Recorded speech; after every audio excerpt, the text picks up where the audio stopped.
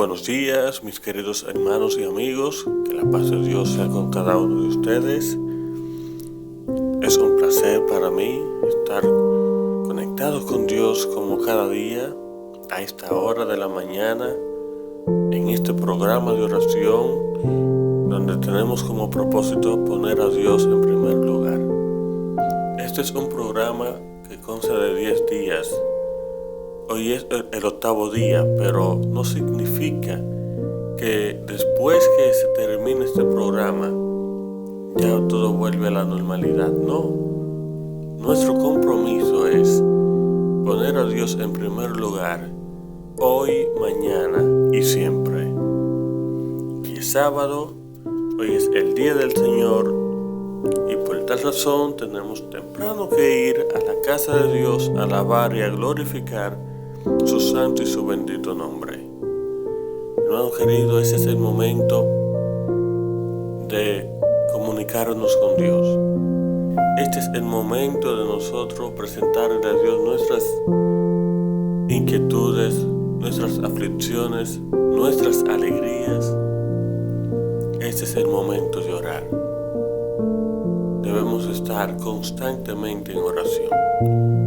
El enemigo anda como león rugiente buscando a quien devorar. Por tal razón nosotros debemos estar todo el tiempo conectados con Dios, porque nuestra lucha no es contra carne ni contra sangre, sino contra potestades de las tinieblas. Así que tenemos que estar revestidos del poder de Dios. Tenemos que estar bajo la unción del Espíritu Santo para poder resistir a las acechanzas del enemigo. Hermano querido, en el libro de Apocalipsis, el capítulo 12, los primeros 2 versículos, aparece allí una profecía interesante donde presenta a la mujer y al dragón. Dice que apareció en el cielo una gran señal, una mujer vestida del sol, con la luna debajo de sus pies, y sobre su cabeza una corona de 12 estrellas. Y estando encinta, clamaba con dolores de parto en la angustia del alumbramiento. Hay una pregunta muy común en este mundo. Yo mismo la he escuchado muchísimas veces. Si hay un solo Dios, si hay una sola Biblia, ¿por qué tantas religiones? ¿Has escuchado tú esta pregunta? Sin embargo, en el libro de Mateo, el capítulo 24, el Señor Jesús, hablando con sus discípulos, les dijo que en los últimos tiempos vendrán engañadores, vendrán falsos profetas, y que debemos de estar listos, debemos de estar precavidos para que nadie nos engañe. Satanás desde el principio ha querido destruir el plan de salvación de Dios. Desde el principio ha querido troncharle el camino a Dios. Cuando Jesús nació, lo primero que Satanás hizo fue perseguirlo y quiso matarlo. Y cuando mandaron a matar a todos los niños menores de 2 años, muchos inocentes fallecieron. Pero Cristo Jesús, el cual tenía un propósito especial, pudo salvado. Pero más adelante, ya luego que Jesús estuvo grande, el mismo enemigo lo llevó allí a un monte y le presentó muchísimas tentaciones, buscando la manera de hacerlo tropezar, buscando la manera de hacerlo caer. Sin embargo, como Jesús estaba conectado con su Padre, como Jesús estaba bajo la unción del Espíritu Santo, y se mantuvo en constante oración, pudo vencer las tentaciones del enemigo. Pero Satanás no se quedó de brazos cruzados. Satanás utilizó a los mismos dirigentes de la iglesia de esa época para perseguir a Jesús. Y aparentemente lo logró, porque a través de ellos pudieron darle muerte a Jesús. Pero todo eso era parte del plan. Y vemos que Jesús murió en la cruz del Calvario. Pero Satanás no salió vencedor, porque al tercer día el Señor resucitó y le pisoteó la cabeza al enemigo. Alabado sea el nombre de Dios. Hermano querido, Satanás desde el principio ha tenido esa inquietud, ese deseo de troncharle la salvación al ser humano, de troncharle la salvación al hombre. Ese plan de salvación que Dios tiene desde el principio, a Satanás no le ha caído nada bien, porque Satanás sabe que él está perdido, pero él no se quiere perder solo. Él quiere llevarse la mayor cantidad de personas posible. Por eso él ha hecho todos los intentos para tronchar ese plan de salvación. Cuando él vio que Jesús resucitó, fue un dolor demasiado grande para él. Fue un golpe fuerte. Entonces él dijo: está bien, ya que no pude contigo, entonces voy a hacer guerra contra la mujer y los descendientes de ella. Si nosotros leemos la historia, la misma Biblia lo confirma, de que muchos cristianos fueron perseguidos y muchos inocentes fueron torturados, fueron asesinados. Pero ese plan que Satanás estaba llevando a cabo no le estaba dando nada de resultados positivos, porque mientras más cristianos mataban, más cristianos surgían. Entonces Satanás dijo: espérate, este plan no me conviene, porque la sangre de esas personas está sirviendo como un abono para el cristianismo. Entonces él cambió de estrategia,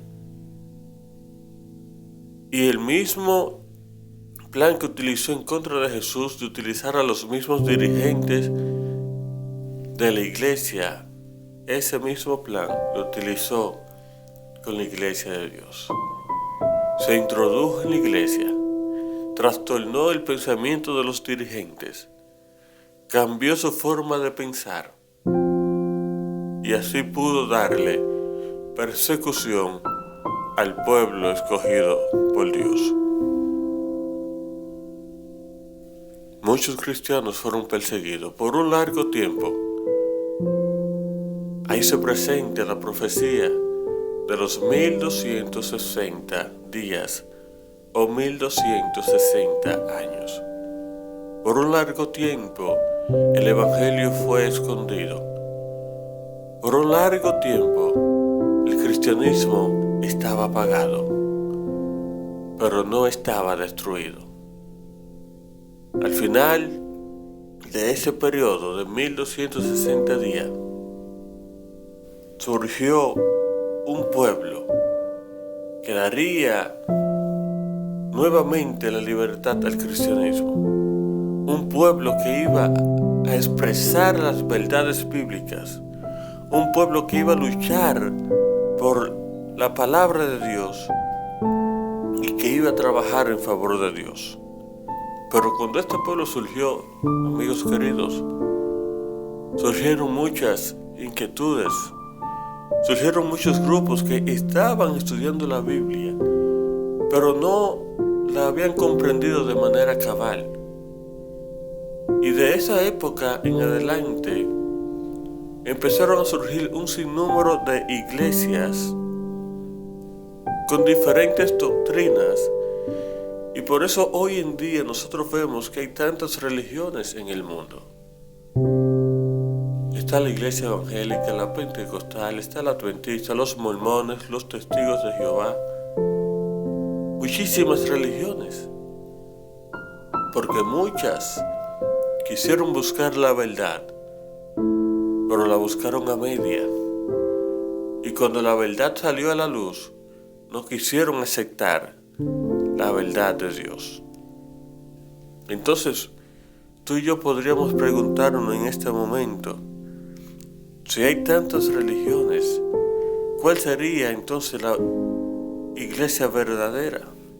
¿Cuál sería el pueblo de Dios, el pueblo escogido? La Biblia te da la respuesta. En el libro de Apocalipsis dice que los que guardan los mandamientos de Dios y tienen la fe de Jesús, ese es el pueblo escogido por Dios. Por más que el hombre quiso distorsionar la palabra de Dios, por más que el hombre intentó borrar la ley de Dios, la palabra de Dios permanece para siempre. La ley de Dios es santa y duradera. Por eso, el pueblo escogido por Dios es el pueblo que guarda sus mandamientos. Aquí está la paciencia de los santos, los que guardan los mandamientos de Dios y tienen la fe de Jesús. Esa es la iglesia verdadera. Ese es el pueblo de Dios verdadero. Por eso, hermano querido, la palabra de Dios es clara, es viva y eficaz. No te dejes engañar. La advertencia estuvo cuando el Señor habló con sus discípulos. Era que para los últimos tiempos vendrán muchos falsos profetas, muchos engañadores en mi nombre. En mi nombre, dijo Jesús. O sea, vendrán a profetizar que son cristianos, que están haciendo las cosas bien. Pero dice en el libro de Isaías, a la ley y al testimonio, si no me hablaren conforme a esto, es porque no le ha amanecido. Hermano querido, Dios nos dejó instrucciones. Dios nos dejó claramente sus palabras escritas para que tú y yo hoy estemos preparados para que no nos dejemos engañar, para que sepamos claramente cuál es el pueblo de Dios, el pueblo verdadero. Aquí está la paciencia de los santos, los que guardan los mandamientos de Dios y tienen la fe de Jesús. Ahora, ¿te puedes dar cuenta por qué hay tantas religiones? Pero de todas las religiones, no todas son verdaderas. Ahora, ¿significa esto que solamente la iglesia adventista se va a salvar? No, claro que no, hermano querido. Porque dice en el libro de Mateo y en el libro de Juan que hay otras ovejas en otros rebaños, los cuales es necesario ir a buscar. El pastor tiene ovejas. Hay hermanos que están engañados, pero que piensan que están en la verdad, pero que en algún momento se darán cuenta de su error, de su engaño, y vendrán a la luz, vendrán a la verdad. Y esas personas, esos hermanos también serán parte del pueblo de Dios. Nosotros tenemos la palabra de Dios, hermanos queridos. Tenemos el espíritu de profecía. No nos dejemos engañar. No nos dejemos confundir por el enemigo. La palabra de Dios es clara. Y el enemigo anda como león rugiente buscando a quien devorar. Por eso tú y yo, hoy y todos los días, debemos estar velando y orando para que no entremos en tentación. Que Dios te bendiga, hermano querido, que Dios te guarde en este hermoso día. Estuvo contigo tu hermano y amigo Víctor Ferreira. Bendiciones.